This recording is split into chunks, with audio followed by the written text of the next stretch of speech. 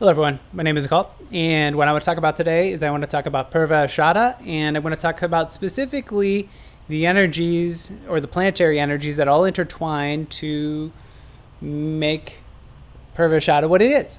And specifically, we're going to look at the padas, and the padas are the divisions within this particular nakshatra, and all the nakshatras have 4 padas.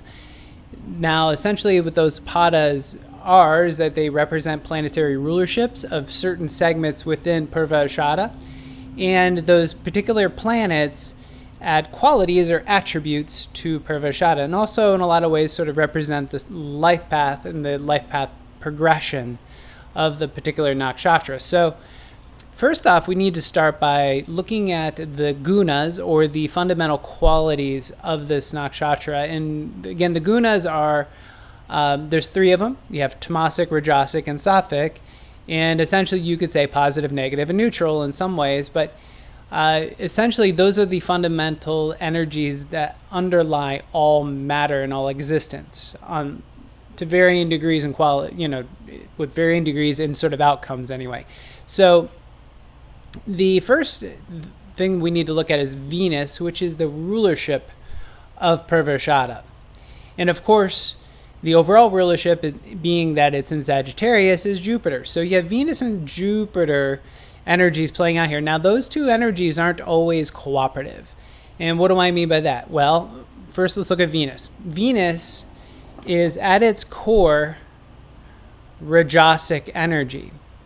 Now, Rajasic energy is energy that is action-oriented. It's attaching. That's one of the terms that I like to use, is it attaches to things. But again, we're talking about attaching, and there's movement here. So a lot of movement, attachment, positive, driven, again, things of that nature. So you have all this attaching energy, and it's moving towards what? Well, the external expression of Venus energy is towards the material plane. So the material plane is, essentially the density, right? So it's moving you towards density and the material accomplishments, et cetera, et cetera. And so that is essentially Venus. So it is desire towards material things. Make sense? So now Jupiter, on the other hand, is this very expansive energy that in some ways is driving us towards transcending those material things on some level. And it doesn't leave the material things behind, but it is more philosophical. It is more sort of expanding, where Venus sometimes can be kind of a contracting energy, right? So Venus is contracting you towards density, where Jupiter is expanding you. Contracting is probably really not the right term, but Venus keeps you looking at the material plane, for better or worse. And generally speaking, they tend to look at Venus as being benefic. I have mixed feelings about Venus being super positive, and sometimes it is, perhaps. Venus you can get slipped up into sort of get stuck in hedonism and hunting for luxury and superficiality. And these energies do play out in Purvashada, hedonism, luxury, and we're going to get into that when we get to the 3rd pada, which is ruled by Libra, and or the sort of social expression of Venus. So now Jupiter, again, like I said, is always this expansive energy. So it's trying to not expand you away from the material plane, but to broaden your vision of the material plane. So that's a lot of how Purvashada plays out. And again, the deepest vibe here is sattvic energy. So sattvic energy is, I don't want to use the word spiritual, but the implication here is there's clarity, a neutrality. It represents a flow through, or like a bridge. And in some ways, Purvashada, being, I believe, the 2nd nakshatra here on the sort of with sattvic energy at its base, is part of the beginning progression of this sort of spiritual principle. So meaning on its ultimate deep level, it is a spiritual placement. So we're talking about very deep spiritual energy. And again, this has a lot to do with what else is going on in one's chart. I will tell you that, and I don't mean this to be negative or to to discourage anyone.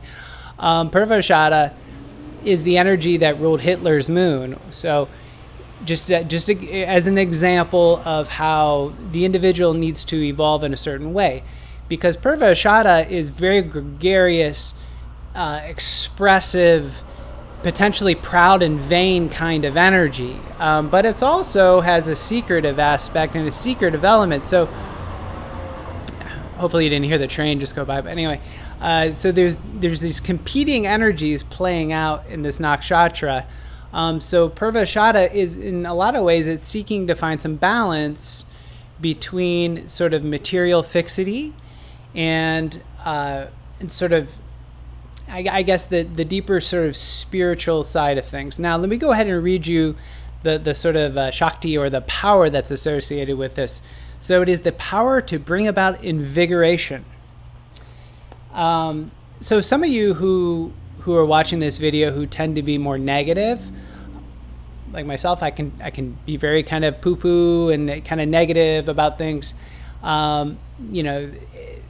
Purvashada can be an either, how do I describe, inspiring energy, or it can be annoying. So, and the reason I'm saying that is that there's the motto for this particular energy is just do it on a lot of levels. Again, thinking, and so one of the associations with Purvashada is the big starting of wars, right? So that's why I brought up Hitler earlier. He had a very high-minded, again, Jupiter, very high-minded, expansive, and on some levels, the sort of Nazis were a cult group, so they were very interested in at least what they thought they were going to bring about, some sort of golden age or whatever. The reality is as high-minded as the ideals were, how they went about them wasn't taking into consideration essentially the rest of the world or those around them. So if Purvashada, before you just do it, because, let's say, because the just do it thing, also I should mention one thing. There is a lot of patience with Purvashada, right? So the just doing it isn't like, let's say, like Aries energy or Shwini Nakshatra is very, very much at the beginning, where it's an instinctual drive that's just moving and just doing it and just going. It's a little different here, right? There's a little bit of a pause. There's a little bit of slowdown. There's patience, and these folks can be very patient, because what are they doing? They're waiting for the tides to change. This nakshatra is ruled by Appas, or the waters, which to me implies nourishment in a lot of ways. It implies sort of an invincibility. I mean, water just simply changes states and forms. It doesn't ever really get destroyed. It's always contained within Earth's atmosphere, so it just changes forms. And Purvashada is very good at, because it's in Sagittarius, it's mutable in nature and it changes forms. So as it's transforming and changing, the thing is that it's transforming and changing based on its opportunities. So it can be patient and wait. The tides change, the opportunities rise, Purvashada jumps and does it. Very action oriented. Now the jumping and doing it, going back to what I mentioned earlier, which is just do it. The just do it has to happen at the right time. The consideration of those around them isn't the strong suit with this particular nakshatra. And again, I'm not talking about their capacity to be loving and caring and compassionate and all those things, because that's there as well. However, the momentum is so powerful here. It's so intense here. And that momentum will drive them towards whatever that goal is. And in some ways, the sort of, they could cause some destruction along the way. But again, the hope is that these folks have accessed Jupiter in such a way, access that Jupiter's energy, where they're expanding and they're being philosophical, and also the energy that is opposite Purvashada on the Gemini side, which is Mercury, which plays into this as well. Mercury will give these individuals the opportunity to access some discernment. But again, because it's in opposition, this is something that they need to sort of work on a little bit, right? So you have to work on the discernment if you're a native with a lot of this in your chart. And again, that is to reduce the amount of potential chaos you could cause by jumping into things. Now, this energy being so expressive, so expansive, you can see a lot of entertainers with this kind of energy, right? These people like the spotlight in some ways, but they're also, again, very secretive. This nakshatra really kind of had my head spinning in a lot of ways, because I could see a lot of the sort of secretive aspect, how the energies are expressed in this kind of, it's almost like their internal environment. And this kind of goes back to sort of Venus and Jupiter kind of moving in two different directions. Their internal environment could be very, very different than what they express. So here's a good example. This is, kind of anecdotal, but I know several folks who've got this energy dominant in their charts, and they laugh inappropriately.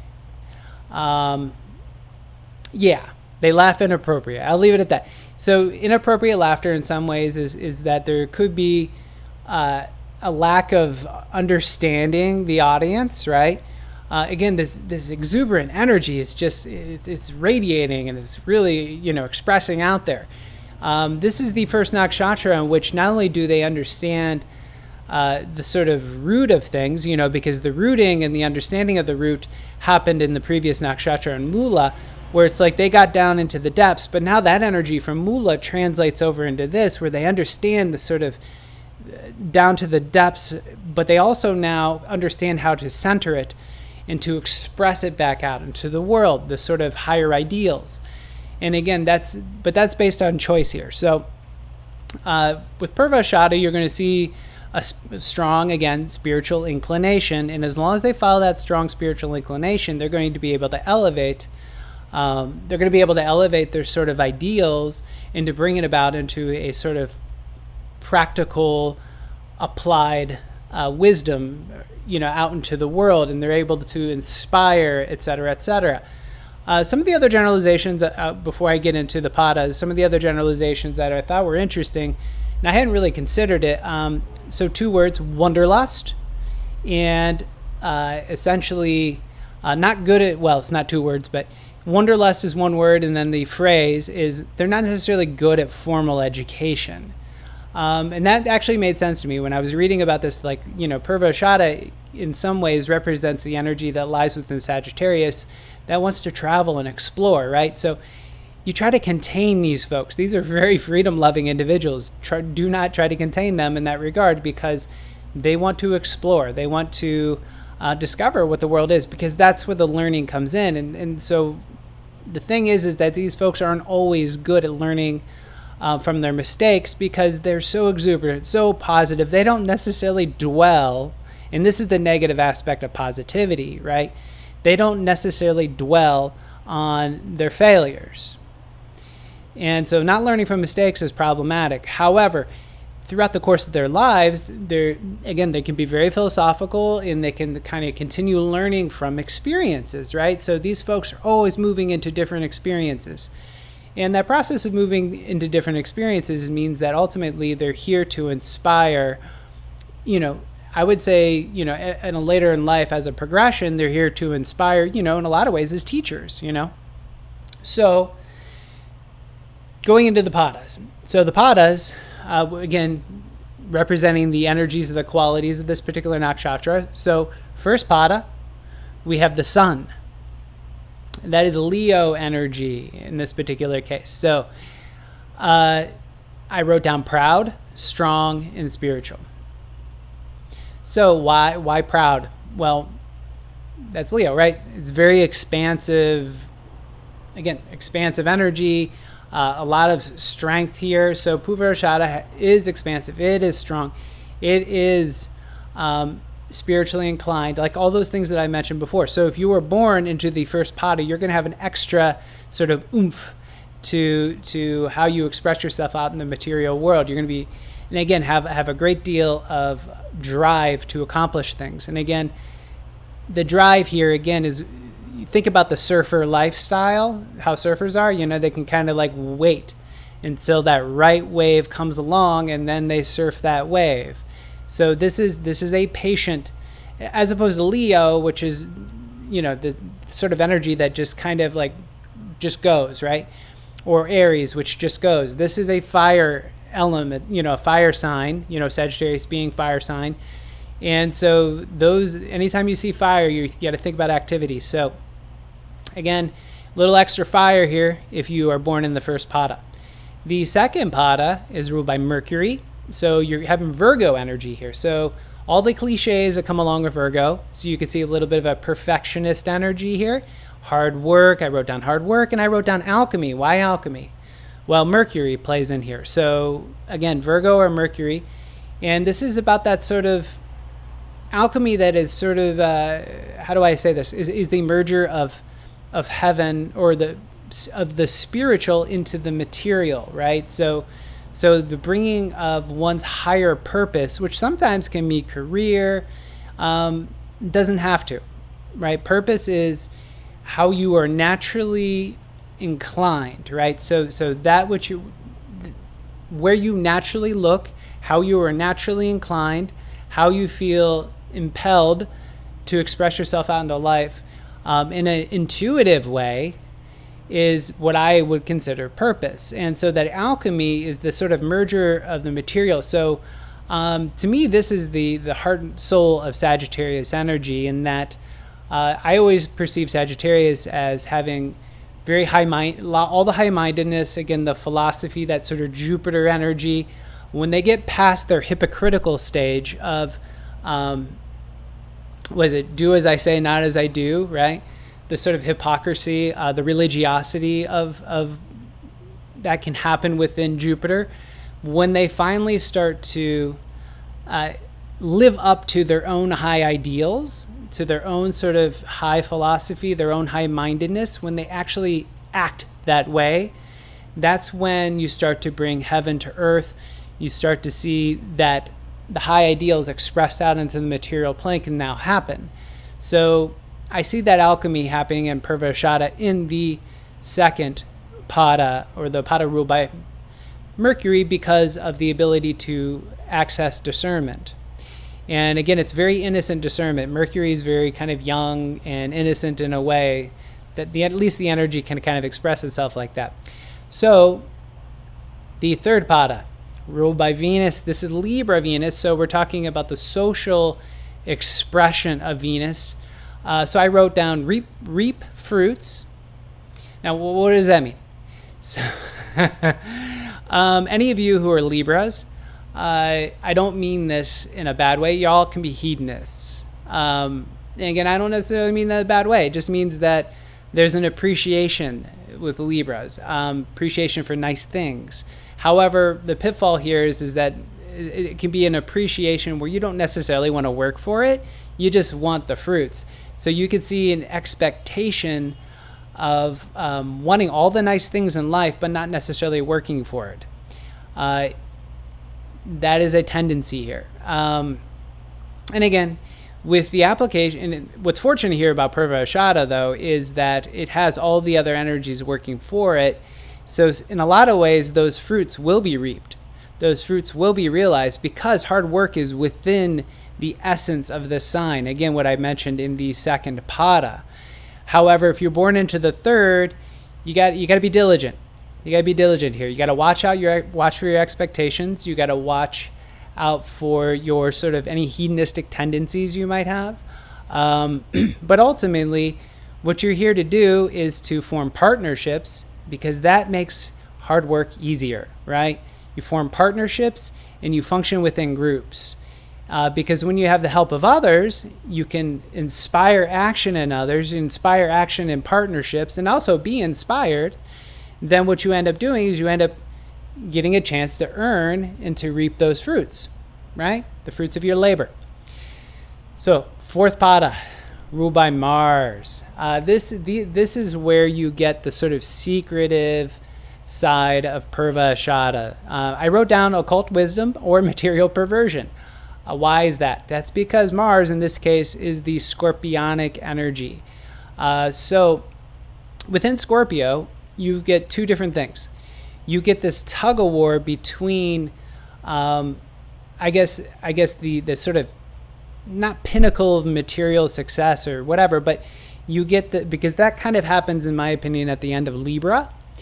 But what you get within Scorpio is you get the sort of tug of war in terms of needing to understand on a deep level how one's energies are being funneled in towards material fixation, and that material fixation doesn't necessarily bring them joy, right? So you see a lot of dissatisfaction in Scorpio, and it's because the dissatisfaction ends up happening in order to sort of drive them towards more spiritual outcomes.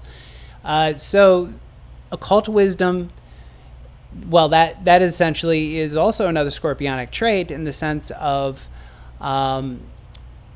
they need to go deep, right? So Scorpio energy, and Mars in this particular case, is to keep going, keep driving deeper and deeper and deeper and deeper, keep realizing that all the material stuff isn't doing it for you until you start to access the things that bring you true power, right?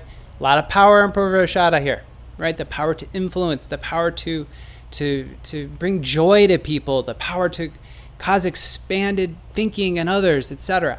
So this power has to come from, I would say, a spiritual place.